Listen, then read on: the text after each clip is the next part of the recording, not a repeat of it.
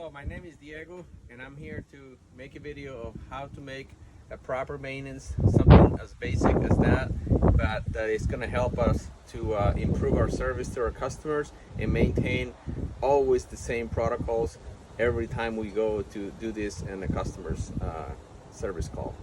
Very important that you check everything. You have all your tools, you do your dispatch on the computer or iPad. Check, make sure that everything is ready with the customer and they are waiting for us and expecting us. That's why the dispatch is so important. And then go to the property, meet the customer, let them know who you are and what kind of work you're going to perform. And of course, going through all this list is going to make sure that every single time we go to a customer, it's always going to be the same, and every customer gets the same service, and we can get as much information from each job that is going to help us in the future to go back and see what we need and to make things faster and more profitable for the company, and also to make the customer's equipment last a lot longer if it's maintained properly. Okay, once we are inside the customer's home and they know that we're here to perform the work, make sure you have everything to start to make your notes and also to check temperatures and inside the house and check everything to make sure it's working in perfect conditions, or if there is any concerns by the customer, make sure they let you know before you start. Why this is important? Because if something is not working properly, or if there's a problem with the system and we don't write it down, or the customer doesn't let us know that the problem is there, and when we finish, you're still gonna have that problem. So that means that that's gonna fall into our responsibility to fix it, because now we are already starting to do the work. So basically, making assessments of how everything is working, make sure it's all perfect, and if there's any problems, make sure that the customer lets you know so you can actually work on that later on, or write it down to dispatch another technician to troubleshoot the problem. So the mask, of course, is going to be an optional for the customers. Always ask them if you need to have protection. So if you need a mask, make sure you have a mask. We have the booties to make sure that your shoes don't bring any debris and dirt inside the house. And of course, you're going to need a temperature thermometer. What I'm going to do now is go inside the house, check for the temperature, discharge temperature, and return temperature. Make sure that the thermostat is good. Going through all my list, make all the notes, and head back outside to start doing all the work. Once inside the home, you're gonna try to locate a supply that is closer to your air handler, or as close as possible. This one in this case is by the kitchen. The air handler is right on the garage on the other side. So this is gonna be pretty accurate for us to start. So I'm getting a 52-degree temperature reading. Now, you're gonna come to the thermostat, and when you come to the thermostat, this is gonna tell you what the temperature is right now here, which is 71 degrees. That's the temperature that the house is right now, and it's set at 72. Perfect. You can also check thermostat batteries. Sometimes the thermostat has a blinking light that says that the battery needs to be replaced. This particular thermostat does not take a battery. It's powered by the air handler. So you need to recognize what type of system you're working on before you actually start working. Then once you know that 52 degrees supply and 72 degrees at the thermostat, that will get you to your delta T, which is the difference between supply and return temperature. In this case, we have 21 degrees. Any system that is working correctly is going to be between 15 and 21 or 22 degrees. If it's within that range, write it down. Make sure you can check back later, and that's going to tell you that everything is working like it's supposed to, and there's probably something minor like a filter change or anything like that, but that's going to give you a pretty good start, and you're going to be very, very confident that the system is working, that by the time you finish, you won't have an issue. And if there is, of course, it's going to be something simple, but if it's not, everything should be working the same. Very important now, locate all the returns. Ask the homeowners how many filters they have in the house, how often they change it, and where they're located. In this house, we have one main return at the main living area, and we have another one in the master bedroom. So we're going to go ahead and open them up, see how they look, see if there's a filter in there. there is a filter, so this is a washable filter. So what you do is be very careful, take it out, and you're gonna take this outside when you go out. And at the same time here, you're gonna notice if anything is dirty, if it needs to be cleaned.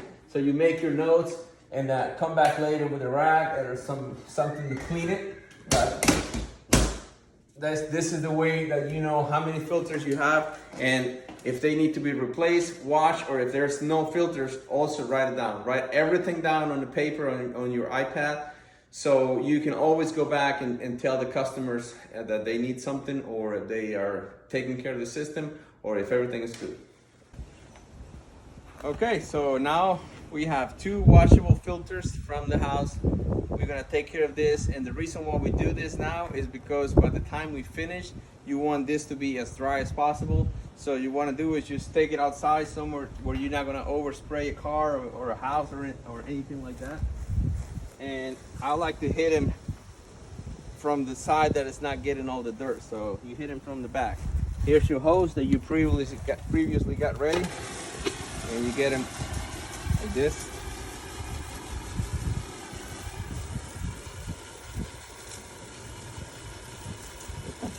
From the back, you come from the other side, you flip it over, and then you're ready. After you drop from the back, go ahead and flip the filter and keep washing it like this. That will make sure all the stuff is gonna come off. And once you've done on both sides, you make sure you do this to get rid of the water. These filters are usually 1 year life, so you can wash them as many times as you want during the year, but after the year we really recommend getting new filters. So if this is the first maintenance and if they look like they just been replaced, you can just wash them and put them back on. If they look like they're more than a year old, make sure you let the customer know or write it down, so at the end of the service you let them know that they're going to need new filters. If that's the case, of course you're not going to wash them because they're going to need new filters, but if they could be reusable, go ahead and wash them off. Every house is going to be different, and every job is going to require different tools and materials. In case you have replaceable filters like this, make sure you write them down. Every filter's got the size written on side. Write down the manufacturer, the size, and the ratings that filter, it's written on the filter itself. So for next time, we are going to bring the same filters, or sometimes the customers provide with filters. It's also very important if this is your first visit at this home, to make sure you take all the notes from everything. Everything is going to help us when we come back to bring the necessary tools and materials to make the next visit a lot easier and a lot more profitable for the company. And also, we also going to have everything we need for that house, and the customer is going to be 100% satisfied. Okay, so at this point you probably located where all the equipment for the house is. In this particular case, the air handler hangs horizontally from the garage, and we do see that it has a clean comfort filter up there, and it's accessible for the drain so we can flush it. Also from here I can see that there's a UV light, so there's a lot of information you can collect at this point if you need something to go back to your car and get it and get ready. But make sure you're familiar with all the equipment and all the environment. Then you're gonna head outside, look for the other for the condenser unit.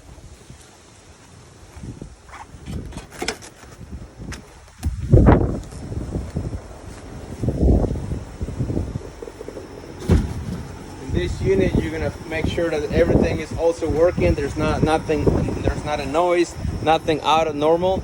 Make sure you locate the drain as well. Once you know where the drain is, you know if you're gonna need a long extension cord, or if you need any other different tools, you make sure you get it now. Outside, you're gonna need a set of gauges. Get to the condenser and make sure that you have the required locking caps tool to take them off, and you're gonna go and install the hoses to take a reading. Remember, this is all done before you start doing any work. You want to make sure everything is working, and if it's not, you're gonna put a note on your system so we can work on it later. Here's the information of the unit. Every unit is gonna have this information written on each side or on one side of the unit, the condenser. Sometimes it's hidden, sometimes it's baked by the sun. Make sure you go by that, and that way you know what type of refrigerant you're dealing with, what type of unit. All that information is going to be written on that unit. So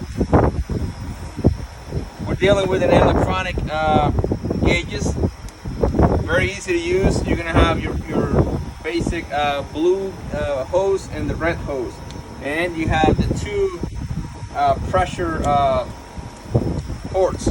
So the easiest way to remember this for everybody, if you're new or if you're just starting in the trade, blue is going to go to the big line. There's a big line and there's a small line. I don't know if you can see it very good if you want to zoom in. Blue, it's going to be at the big line, and then red's going to go to the other line. So blue big.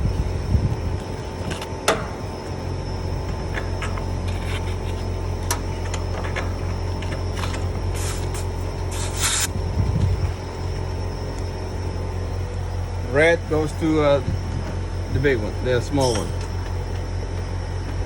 Now at this point, your gauges are completely closed. The valves are closed, everything is closed, and now you're getting a reading right here.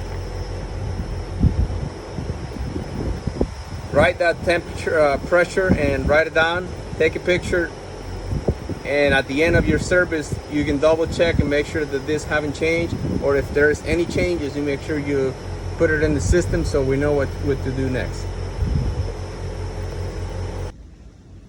Okay, so we are almost ready to start the maintenance. Here you have your water safety switch. You want to make sure there's no water here. Here is your water service port where we're going to flush the line. This is going to tell you have a UV light. Here's your drain pan. You don't want to have water here. Make sure this is always dry. If you have water, write it down because we have a problem. Here we have the other filter, the main filter for the house. As you can see, it was replaced January 22, 2020. Always check the date, always check that the filter's status. This one looks pretty good for 6 months. Here you can also see you have an ionizer machine, and you can see a UV light inside in there. So that tells you you're gonna have to turn the power off before you start working if you don't wanna get your eyes burned. Now that you're ready to start the maintenance, you can come to the main panel, check which breakers are the ones for the air handler and condenser, and go ahead and turn them off so you can start your work. Make sure both the power for inside and outside is going to be turned off while you do the work. Now that everything is turned off, the power's off, everything is off, you want to start getting your chemicals ready, get your vacuum, get your hoses, get everything ready because you're going to start going through everything. So for this case, we use Evap Power C. This is a product made by New Calgon. Pretty good. It's a self-rinsing product, so technically you don't have to rinse it off the coils inside. So you just gotta make sure you mix it at the right ratio. This one is 1 part of cleaner for 3 parts of water. So that means for 1 cup of this cleaner, you're gonna put 3 parts of water. Your pump is gonna be labeled. So right there, we don't need too much because this is just 1 unit. Now you're gonna put 3 of water. This is not, it doesn't have to be 100% accurate and 1 to 3, but you wanna make sure it's as close as possible if you don't have a measuring device. So you can see the level right there. It's good.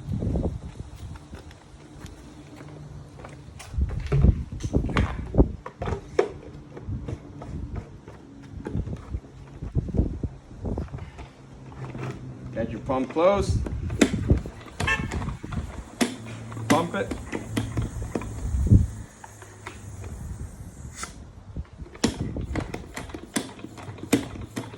This is gonna get you ready to start pumping your chemicals in the unit. Let's go. Remember, this we're doing now is a dip cleaning. we're gonna clean the coils, service the drain line, and clean the unit outside. In order to access to this coil, of course you have this filter access, which is pretty big to access to your indoor coils. Sometimes you're gonna have to go up in the attic, find a hole in the ductwork. Sometimes you have to open this unit up just to access the coil. Again, every job is different, every unit is different, and you need to accommodate yourself and use the necessary tools to get the job done properly. Here we have the UV light. So you don't want to spray your UV light with chemicals. So what you do is you take it out carefully. This light bulb, as you can see, it's already burned out, and it's according to the schedule, this needs to be replaced once a year. So we're gonna remove this light, the light bulb, and we're gonna order a new light bulb. To do that, you take this, unscrew it.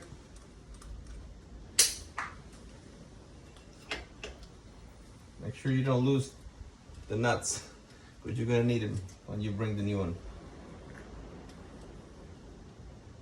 Take this holding nuts in here. Now you have access to the light bulb. Like this. So this is the one you're gonna need. So we're gonna put it here because we're gonna need to order the new light bulb. Now once it's open, we have fully access to the coils. I'm gonna bring the coil cleaner and get this coils clean. For this particular case also, we're gonna use a flashlight so we can put it inside and see what we're doing. I got my sprayer ready. Come up. And I'm gonna hit those coils from here.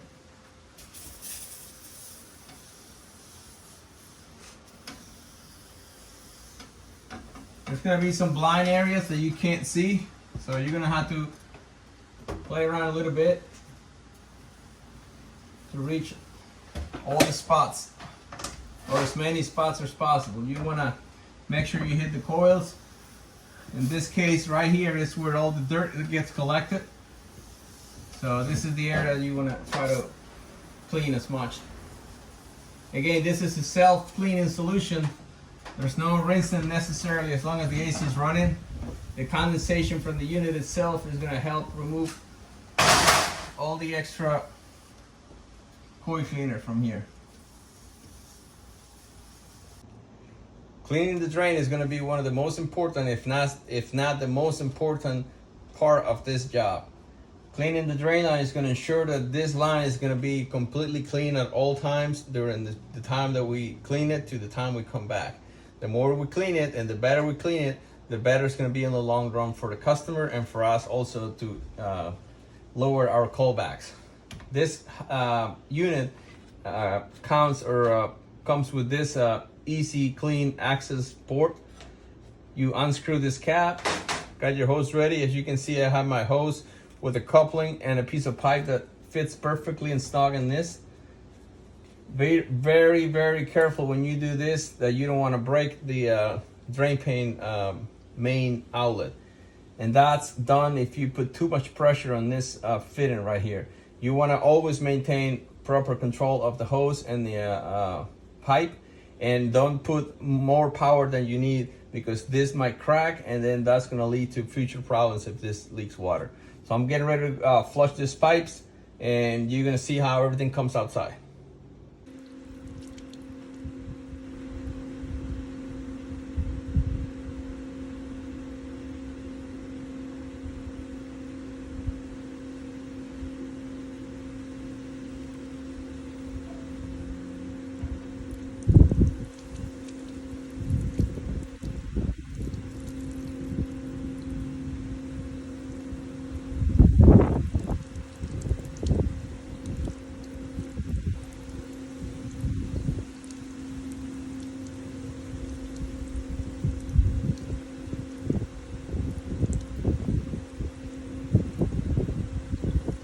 After you flush the line from the inside, you want to come here.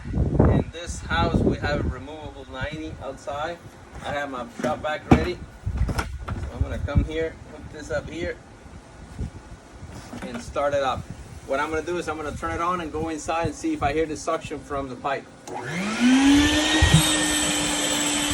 The drain, the vacuum shut back outside. We should be hearing the suction here through this pipe, and I can't really hear anything. So I'm gonna help it out with this chemical. Now remember, every time we use this is an upcharge for the customer. This it's not included in the basic maintenance or membership. So when you do this is a very strong acid chemical. You don't want this in your skin, nor your eyes, or anywhere that your skin is gonna get burned. Very, very aggressive. So be really, really careful with this. Always wear gloves and safety glasses. I'm just gonna pour, and the way this chemical works is it sits on the pipe and helps moving everything outside. So you leave it there for like 5-10 minutes. The more you leave it, the more it works. So it really won't hurt. You just make sure you flush it out after you put it, and make sure that the line is completely unclogged. Okay, outside, after we got everything off, make sure you take this is your capacitor. This is the one part that starts your compressor and your fan motor most of the times. This particular unit does not have a capacitor because it has all electronic start and variable speed operational. So I just want to give you an example of how to test the capacitor and how to diagnose if there's a problem with this. So each one is going to be rated, you can see it right here, 60 plus 5, right? So that means there's two capacitors in this little capacitor. One is a 60 microfarad and the other one is a 5 microfarad. So you bring your meter, set it up, in this case of the microfarad reading right there. Again, every meter is going to be different. So in this particular case, this is the setting that we're going to use. Set it up there, you're going to see a 0 reading on it. Keep an eye on that. I'm going to go from common, which is the one that has, you can see the 3 legs, right? One has 4 legs, or 3 ports, to call it that way so you don't get confused. 3 ports. One is the common, the other one is the hermetic, and the other one is the fan. Hermetic means the one that takes care of the compressor. Fan, of course, takes care of the fan, and this is your common port for both of these. So if you go from the common, keep one leg in the common, and go to the one with 3 legs, which is your hermetic, you should be getting a 60 reading, plus or minus 6%, as it says right on the capacitor. If you're not getting, check the reading that you got. We're getting a 0 reading right now, right? So that means this capacitor is dead on this side. But maybe sometimes the reading on the fan is good. In this case, it's also 0. So we're definitely on a dead capacitor. This will cause the unit not to start at all. The unit will have power, but without this working, or with the normal range, you won't be able to have AC. So again, this is not the case for this unit, because this unit was working. If it would be this capacitor installed in this unit, the unit just will never run like this. So I'm going to show you how a new capacitor looks like. Brand new in a box. Every box is going to come labeled 65. That's what we need. 440, 370. That's the what kind of capacitor you got. Pretty much the same look. 3 ports. Common. This one you can see it where it's got the C. You see it? You see the C right here? Then you see hermetic right here, and then you see the fan right here. It's really hard to read, but it's there. If it's a new capacitor, it will be easier to read. Now, check out when I go to common and hermetic. Check the meter now. See, it's a 60, and it's reading 59.9, almost 60. There it is. There's your 60. So that's a perfect reading. Could be plus or minus 6%. The other one, it's a 5, so we should be getting close to 5, or 5 if that's the case. 4.9, that is a perfect read. Okay, 10 minutes has passed after we put the chemical in this line. We capped it, we let it sit for about 10-15 minutes. Now I'm gonna start pushing water. I got the vacuum outside, creating some suction. I still don't hear anything here. So I'm gonna start pushing water little by little. Be careful when you do this, you don't want to send water back into your coils and into the air handler at all. So you got to do it little by little.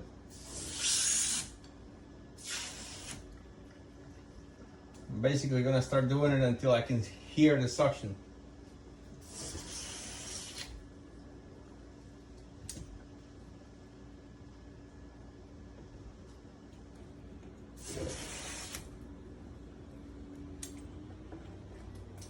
There goes something gurgling there.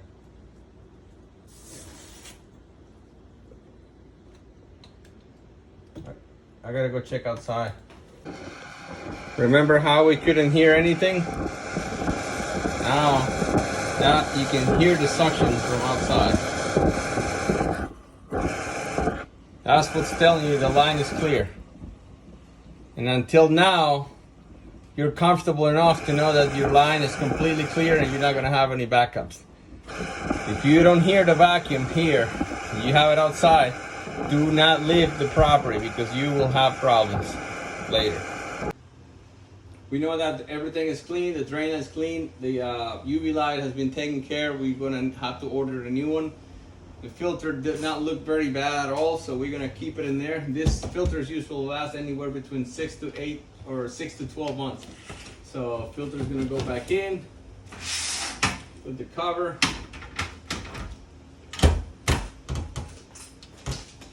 Snap it in place. Keep the stuff for the UV light when we come back, and we're getting ready to turn the power back on and clean the condenser outside while the unit runs.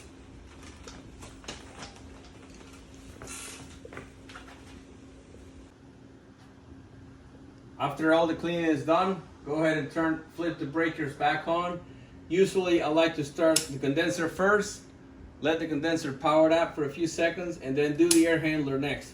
That's going to maintain a good communication when the units are on the communicating protocol. And if it's a basic unit, it's really no difference if you turn the compressor or the air handler first. It doesn't really matter. Only on these communicative systems that the compressor or the condenser outside needs to be powered on before the air handler. All the remaining coil cleaner, bring it to the condenser outside, spray the coils, and make sure you rinse this off before you leave and before you start the unit back on. This is a great way to keep the salt off these condensers, especially here in Florida. We have so much salt spray from the environment. This will ensure that this condenser unit is going to last a long time in this weather. Your drain line is clean and clear. You have the vacuum. This line runs underground, so you want to make sure you pour a little bit of water, not too much. You don't want to send water back to your handler. Just enough so the water starts dripping on its own. To put some water on the trap underground. There we go, see? When it starts moving like that, now you know that you had a clean line, and also you're keeping water in the pipe below. So the unit's going to start draining a lot quicker and a lot faster after you turn everything back on. Replace the 90, good to go. Sir has been sprayed with chemical, sit for about 5 minutes. Low pressure. You want to get rid of all your chemical with low pressure water, nothing high pressure. Low pressure is going to make everything last longer because you're not going to bend all the fins in the coil.